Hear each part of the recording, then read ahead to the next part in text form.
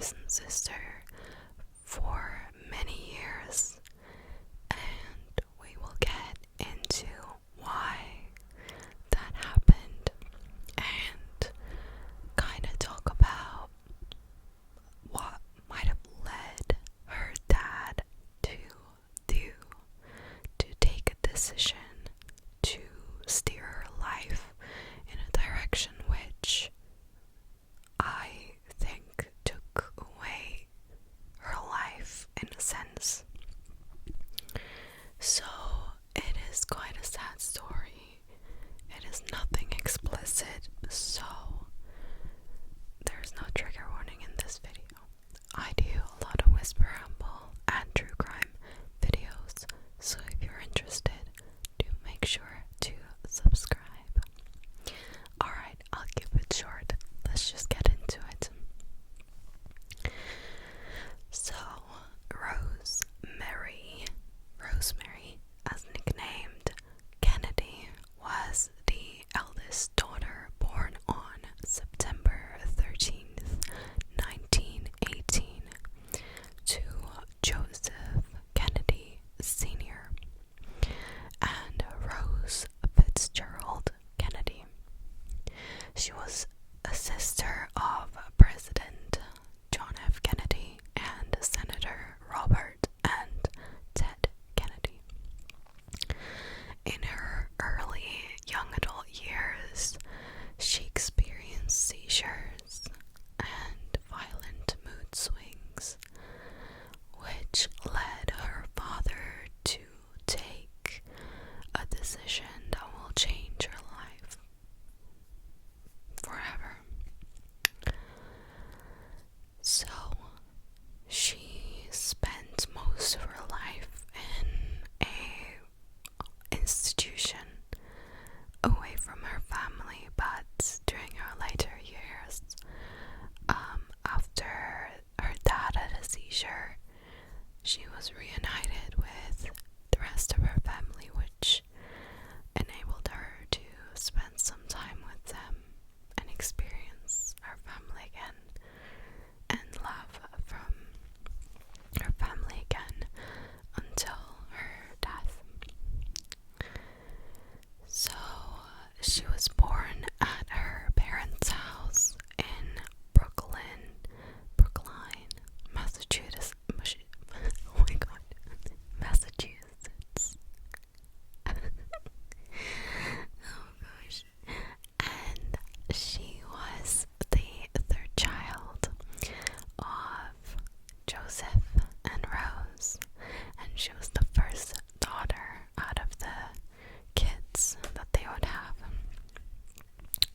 She was named after her mother Rose, and she was commonly called Rosemary or Rosie.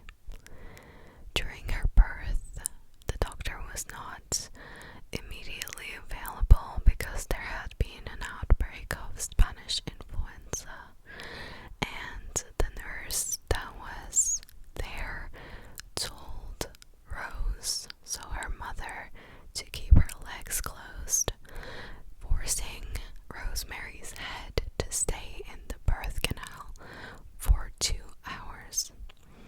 And this resulted in her not getting enough oxygen, and because of the loss of oxygen, it is speculated that is the reason why she experienced a lot of stunting when she was growing up.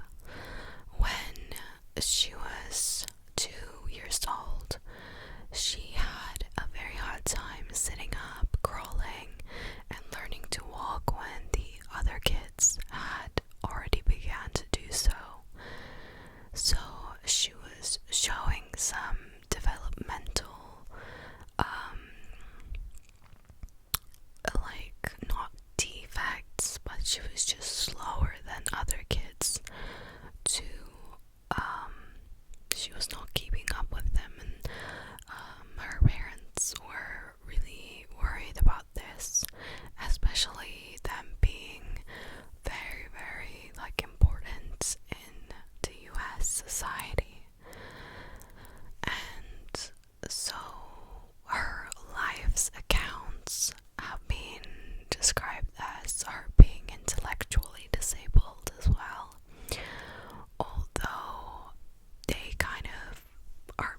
questioned because it might have been said that she's intellectually disabled by the family just because of what we're going to talk about later on.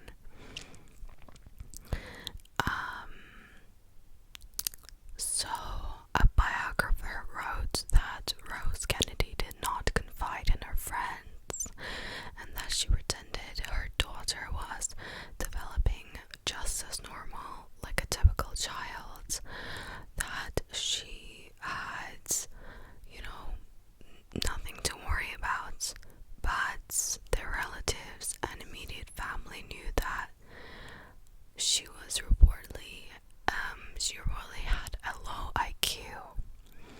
So, despite her parents hiring tutors to help Rosemary learn how to read and write, at age 11, they sent her to a boarding school in Pennsylvania so that she could get help for her disability. So she was sent to an intellectually disabled school. And when she was 15, she was sent to the Sacred Heart Convent in Elmhurst, Providence, Rhode Island, where she was educated separately from the other students.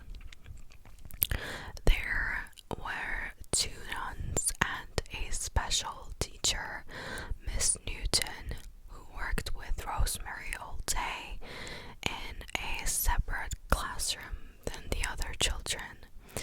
And the Kennedys actually even gifted the school a new tennis court for all of their efforts into teaching her. Her reading, writing, spelling, and counting skills were reportedly to be at a 4th grader level when she was like 15. So, like these days, we might even say that she might have had dyslexia or something. But of course, back then, if something a little bit like was wrong with you, there was, and especially if you were a female, there was a lot of eyeballs looking towards you, and I can imagine how she must have felt. So, because of her lack of advancement as she grew older, her preference for social activities over like studies frustrated her parents. So this biographer says that they might have pushed her too hard, and because of their constant demands for her to improve, yet she was, intellectually disabled, this might have been really insensitive and sometimes even cruel because she couldn't help it.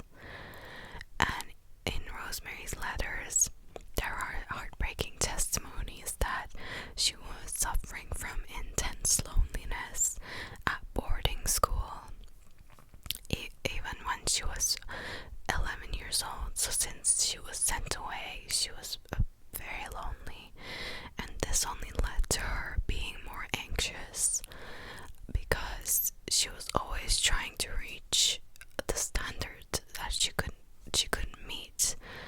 So she was being pushed, but she just couldn't help but, not read as well as the other kids. It wasn't her fault.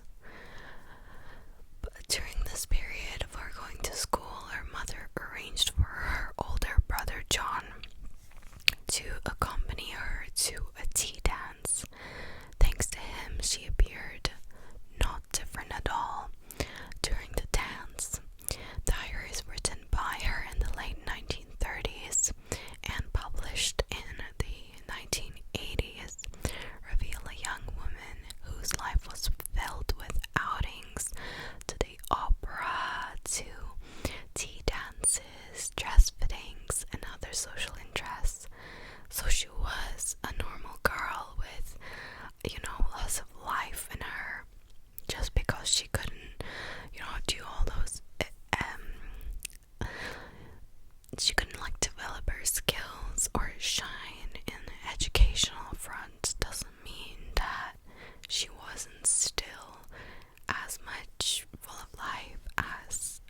kids were.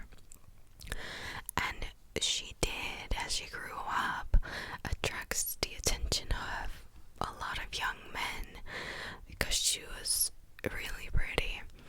She loved to dance and she loved to go to parties, but she complained that her brothers were too often her dance partners and she couldn't, actually dance with men that she was interested in. She didn't know that, but at the time when they weren't being her partners, so when her brothers were not dancing with her, they purposely kept her dance card filled with specially chosen friends, a responsibility they had been charged with by their father. So Joe literally told them to make sure your sister doesn't dance with anyone that we don't approve of, so that they can keep an eye on her and stuff.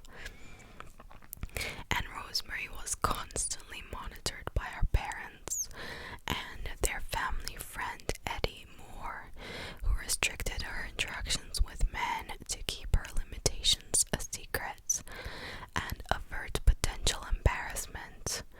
So I don't think it was more of them being scared she's gonna get a boyfriend or something, It's more of they were ashamed of her and who she really was, and they didn't want other people to know that, our daughter doesn't know how to read or write at a level that other people her age do, but she seemed like totally fine to other people because they were interacting with her in social events, right? You're not like doing a writing competition.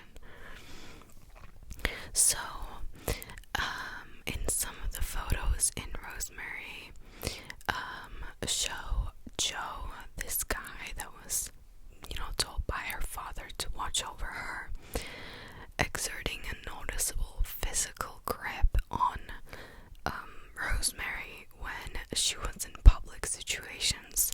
So possibly, he was holding onto her arm to stop her from going or saying something, being wary.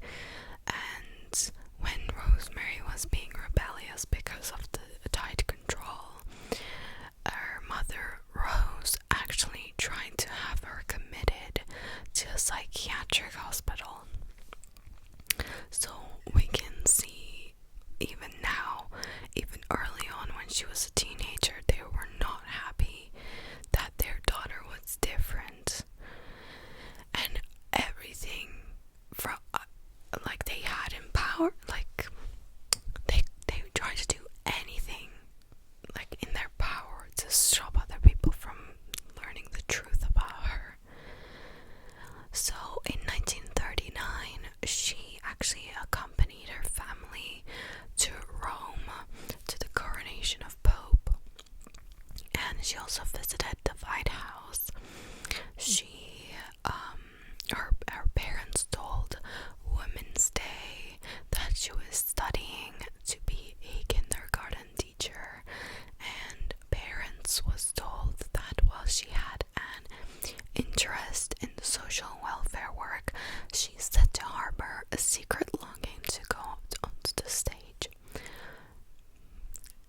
And when the Boston Globe requested an interview with Rosemary, her father's assistant actually prepared a response, which Rosemary just copied out, and it says, "I have always had serious tastes and understand life is not given us just for enjoyment.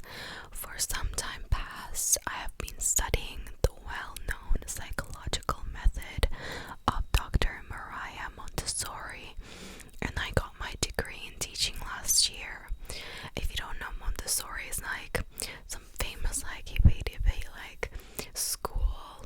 I think they believe in kids laying on mattresses and stuff instead of proper beds, lots of wooden toys.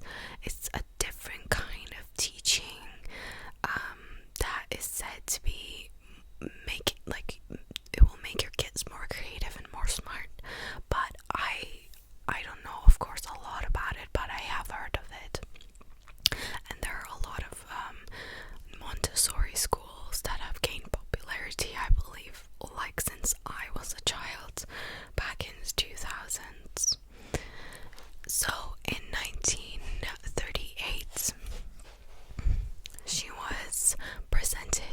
as a debutante to King George and Queen Elizabeth at Buckingham Palace during her father's service as the US ambassador to the United Kingdom. She practiced the complicated royal curtsy for hours. She was really excited for this event, but apparently she tripped and nearly fell on accident. But her mom never discussed this happening and treated the debut as a triumph. And the crowd made no sign, and the king and the queen smiled as if nothing happened. Which I think, why would you point fingers at anyone that like accidentally falls over? So yeah, and she was described as stunning, and at this special event she was wearing a exquisite designer gown, and it helped to hide her disabilities apparently. So this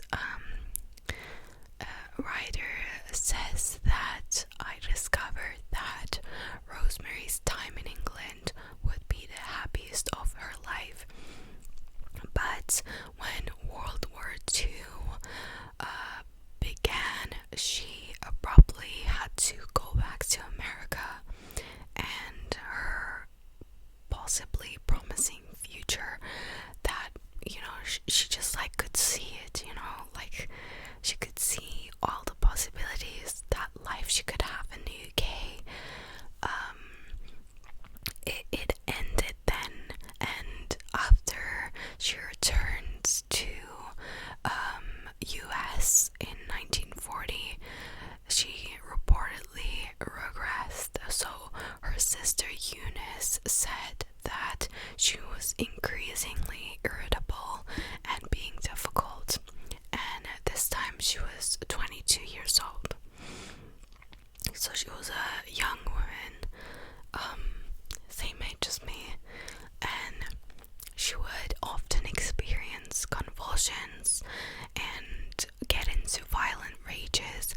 When she would be in these violent rages, she would hit other people and injure others.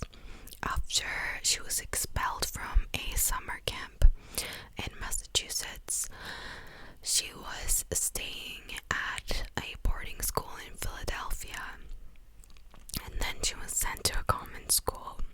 She began sneaking out of the common school, and the nuns actually thought that Rosemary had multiple sexual partners or could have been involved with a sexual partner, and that the nuns were afraid that she would catch an STD or even become pregnant.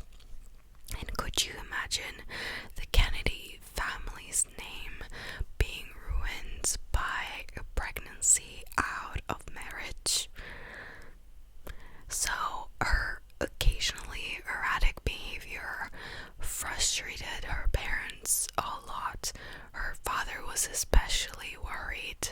I don't know if I call that worried, but Rosemary's behavior would shame and embarrass the family and damage his and his children's political careers, because of course, you know, John was running for president, and why, you know, would he want his son's future to be potentially affected by this, you know, very wild and bad daughter that they have that is like sneaking out of school, not being proper?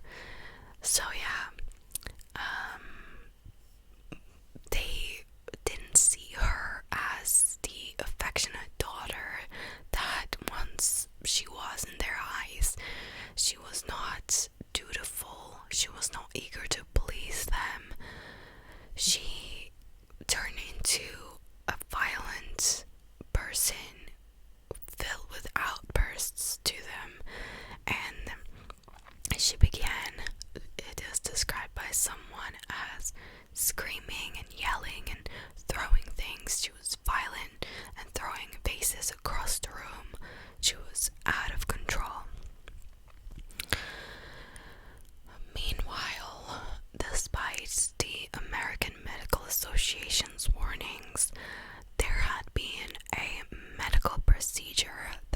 is being talked about, and this procedure was described as a treatment to those who were suffering from mental illnesses. And Rosemary's dad found out about this procedure when she was 23 years old. Doctors told her father that a form of psychosurgery known as a lobotomy would help calm her mood swings and stop her occasional violent outbursts. Some people describe her father being filled with hope at that moment that her daughter, could be normal like the rest of them and stop the violent outbursts and stuff. But I feel like it was kind of an easy way out. Lobotomy, let's quickly talk about it if you don't know what it is. It is a neurosurgical treatment for psychiatric or neurological disorders like epilepsy, and this involves severing connections in the brain's prefrontal cortex. And brains, all of the parts in the brain is very important, but the prefrontal cortex is responsible for orchestrating our thoughts and actions in accordance with internal goals. And also many authors and doctors have indicated an integral link between a person's will to live even and their personality and with the functions of the prefrontal cortex. So it is really important to how we are. This brain region has been implicated in executive functions such as planning, decision making, short-term memory, personality expression. So you as a person, if that part of your brain got damaged, you would not really exist anymore. I feel like it's some complication from a lobotomy is like getting rid of your personality and just leaving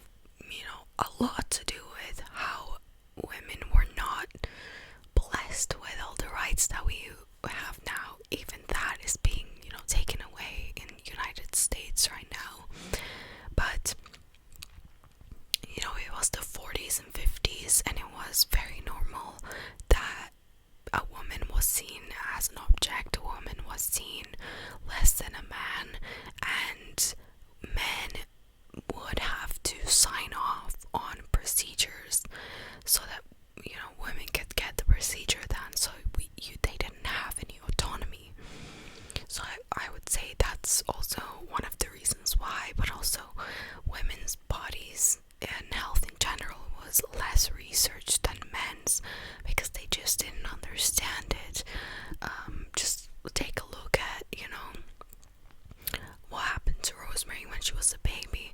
Her mother was told that it was fine to keep the baby between, her legs and deprive her of oxygen for 2 hours.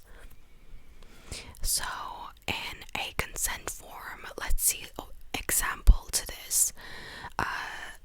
For a lobotomy on Helene Strauss, which was a pseudonym used for a patient at an elite hospital.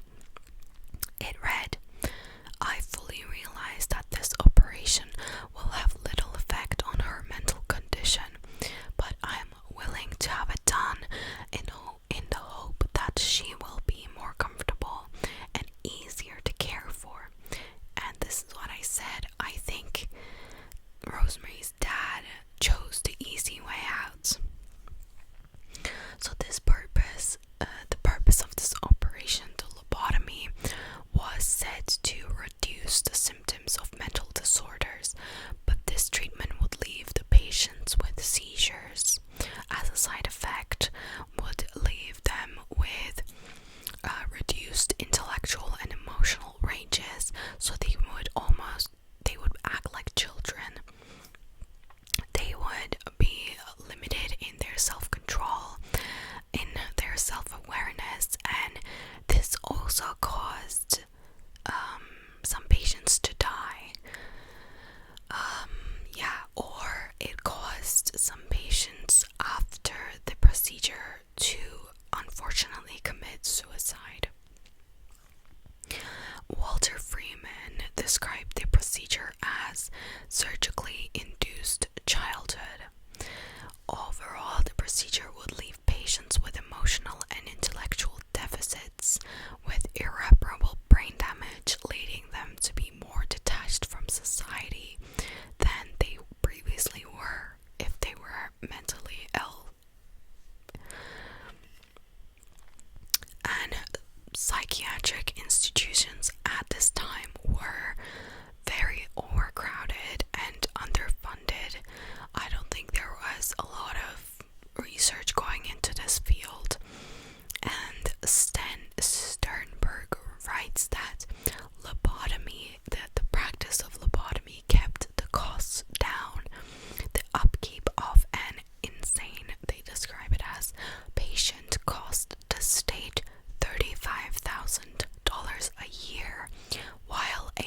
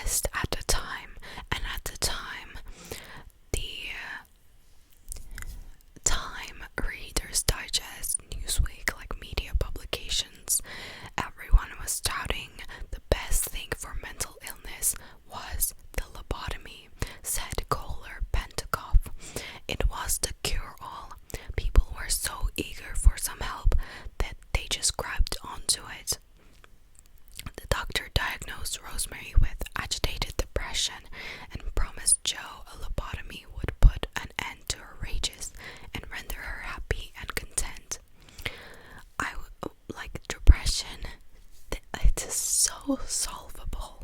And from what I read and from the pictures I saw of her, she was so happy. Like, she has the pictures in her, gorgeous dresses and reading magazines and socializing. She likes being social. She likes people. I just because she was depressed and she didn't know how to probably deal with the feelings she had. She was only 22. She just needed like therapy or people to talk to and not constantly be told that she is different and she needs to change.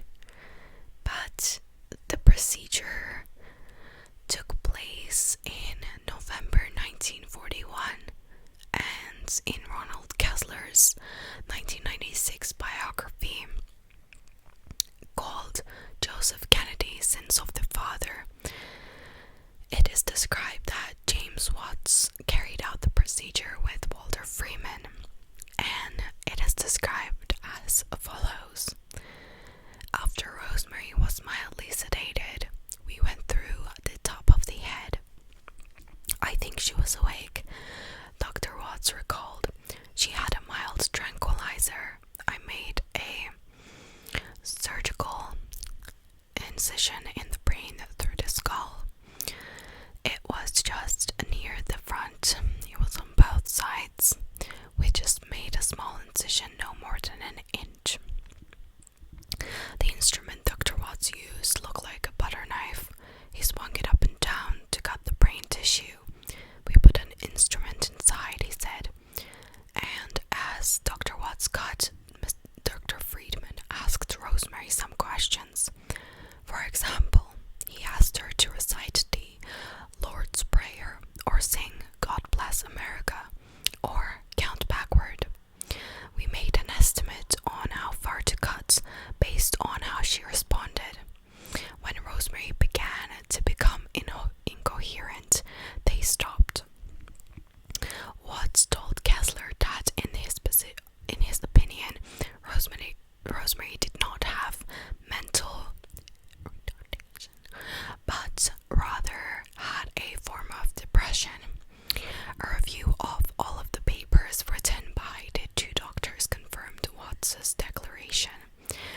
All of the patients the two doctors lobotomized were diagnosed as having some form of mental disorder. So, I believe all of those people could have been helped, including Rosemary. And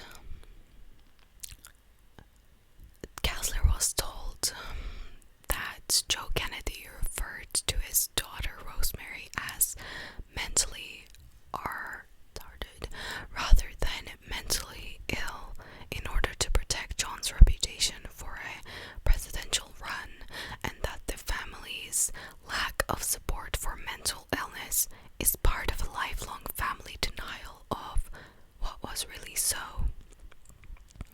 It quickly became apparent that the procedure had not been successful. Kennedy's mental capacity diminished to that of a 2-year-old child. She could not walk or speak intelligibly, and she was incontinent. She couldn't form a sentence or follow simple directions. She was forced to relearn the most basic of skills, but some would never be recovered. After the lobotomy, she was immediately institutionalized. She initially lived for several years at Craig House, a private psychiatric hospital 90 minutes north of New York City. In 1949, she was relocated to Jefferson, Wisconsin, where she lived for the rest of her life, on the grounds of the St. Coletta School for Exceptional Children, formerly known as St. Coletta Institute for Backward Youth. In what would become a decades-long secret for the Kennedy family, Joe hid Rosemary away at St. Coletta, a Catholic facility for the mentally disabled. And she was cared for by Kohler Pentecoff's aunt. Archbishop Richard Cushing had told her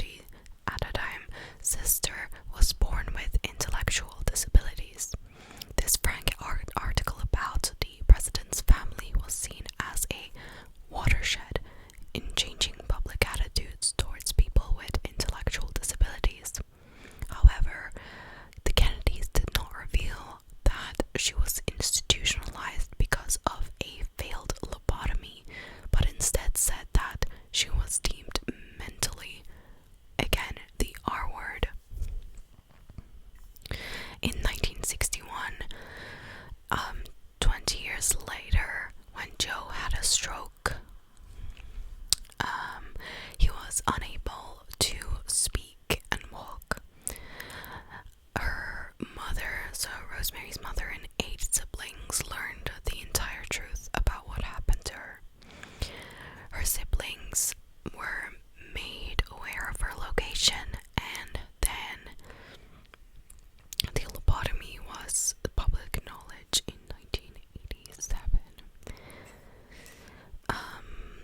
Despite widespread criticism of his work following Rosemary's surgery, Freeman went on to perform thousands more lobotomies and to create and popularize the transorbital lobotomy, in which he used an graphic ice pick to enter the patient's brain through the graphic, trigger warning, eye sockets. He was finally banned from operating in 1967 after one of his long-term patients died from a brain hemorrhage following her 3rd lobotomy by Freeman. The lobotomy was later labeled the surgery of the soul. Kohler Pantikov tells People magazine, if a patient was agitated and violent before the operation, afterward it seemed as though his or her personality had been erased. She writes in her book. Following her father's death in 1969, the Kennedys gradually involved Rosemary in the family life again. She was occasionally taken to visit relatives in Florida and Washington, D.C., and to her childhood home on Cape Cod. By that time, Rosemary had learned to walk again, but she had a limp. She never regained the ability to speak clearly, and her arm was palsied. Her condition is sometimes credited as the inspiration for Eunice Kennedy Shriver to later find the Special Olympics. So she was one of the founding people of the Special Olympics, which is the world's largest sports organization for children and adults with intellectual disabilities and physical disabilities. It provides year-round training and activities to 5 million participants and unified sports partners in 172 countries. I think the one in 2023 is going to be in Germany. They have a world competition where every year they go to certain countries, but they also have competitions year round. Yeah, I didn't know about this before. Rosemary's disability provided her sister with an overall vision that people with intellectual disabilities could compete and at the same time unify together in public.